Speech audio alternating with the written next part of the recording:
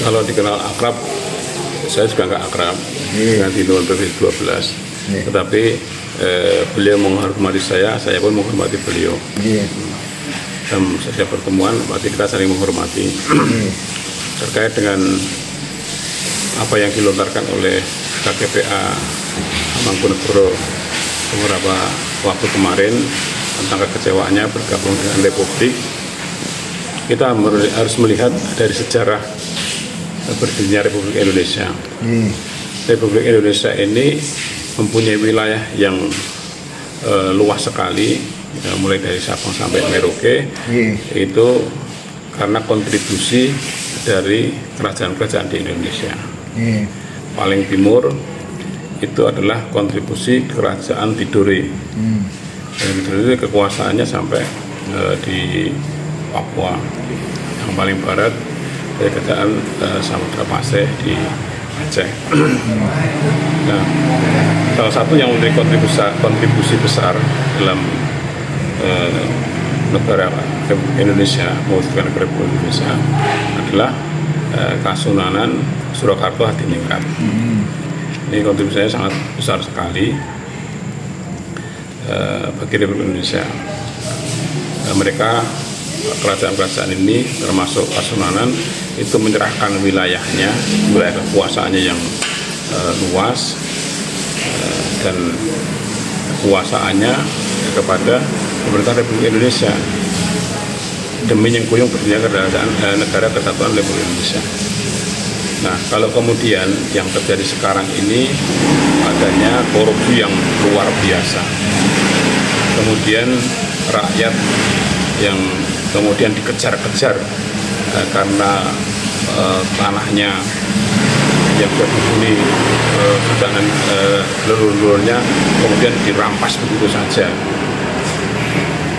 Kalau kemudian kerajaan-kerajaan itu kecewa, sudah sepantasnya.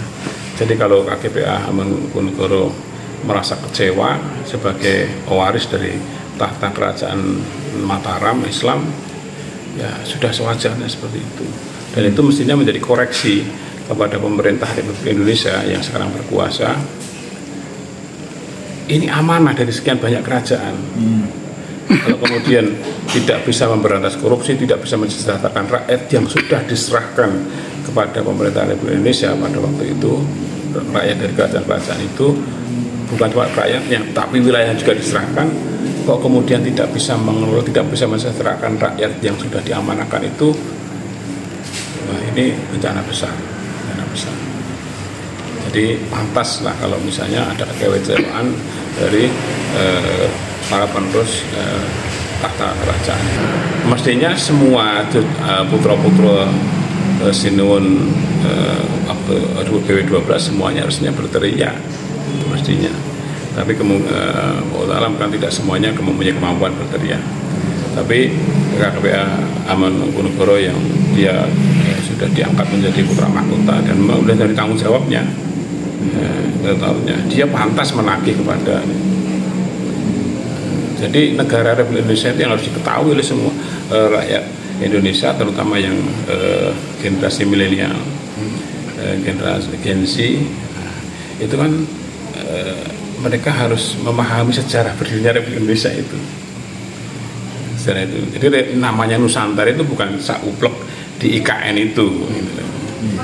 Tapi wilayah Nusantara itu mulai dari kerajaan Tidore yang ada di timur, kemudian di Papua juga ada kerajaan, kemudian sampai di Samudra Paseh sana itu terdiri dari 270-an sekian kerajaan. Itu yang mempunyai kontribusi menyerahkan kerajaannya kepada wilayahnya, kekuasaannya kepada pemerintah Republik Indonesia. Itu yang harus dipahami oleh seluruh rakyat Indonesia. Jadi Republik Indonesia tidak tiba-tiba berdiri begitu proklamasi kemudian punya wilayah ini, enggak. Bukan hanya sewajarnya, tapi memang mestinya harus mereka menjadi tanggung jawabnya dia. Jadi diangkat sebagai putra mahkota itu berarti tanggung jawabnya dari pundaknya. Harus dikeluarkan, kalau nggak dikeluarkan nanti rakyatnya akan lupa dengan sejarah. Lupa dengan sejarah. itu untuk mengingatkan kita semua bahwa Republik Indonesia itu berdiri karena adanya kerajaan-kerajaan. Dan termasuk Keraton Surakarta Diningrat itu mulai dari PP10 itu mempunyai kontribusi yang besar dalam pergerakan kemerdekaan, membiayai Sumpah Pemuda dan lain sebagainya, dan beberapa aset-asetnya itu dijadikan aset negara. Banyak sekali tempat yang ada di sini, ada yang ada di Jakarta, ada yang ada di Madiun, banyak sekali aset.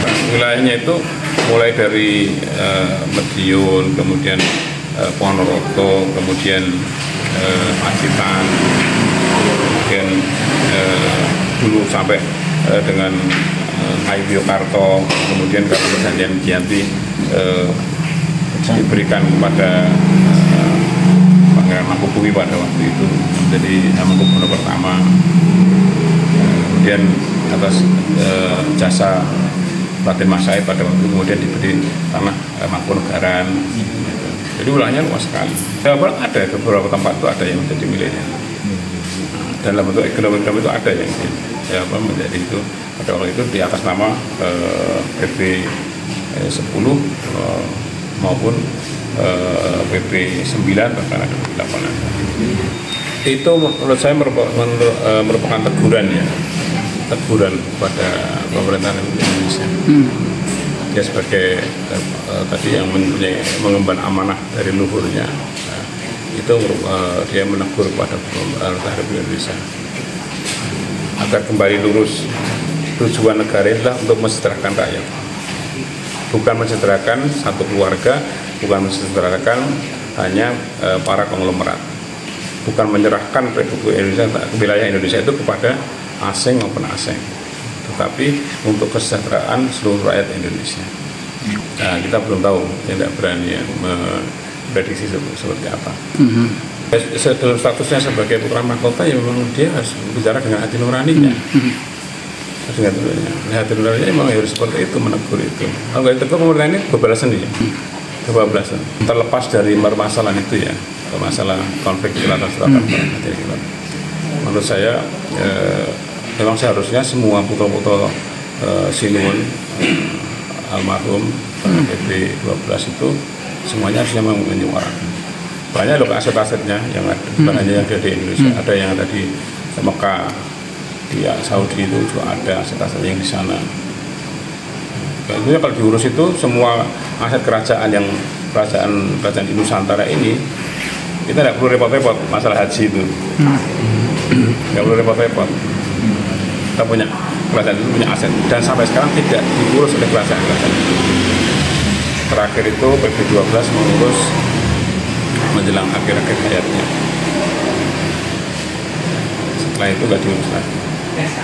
Sebenarnya seluruh kerajaan yang ada, para ahli waris kerajaan-kerajaan itu punya tanggung jawab yang besar terhadap kelangsungan dari wilayah dan rakyatnya.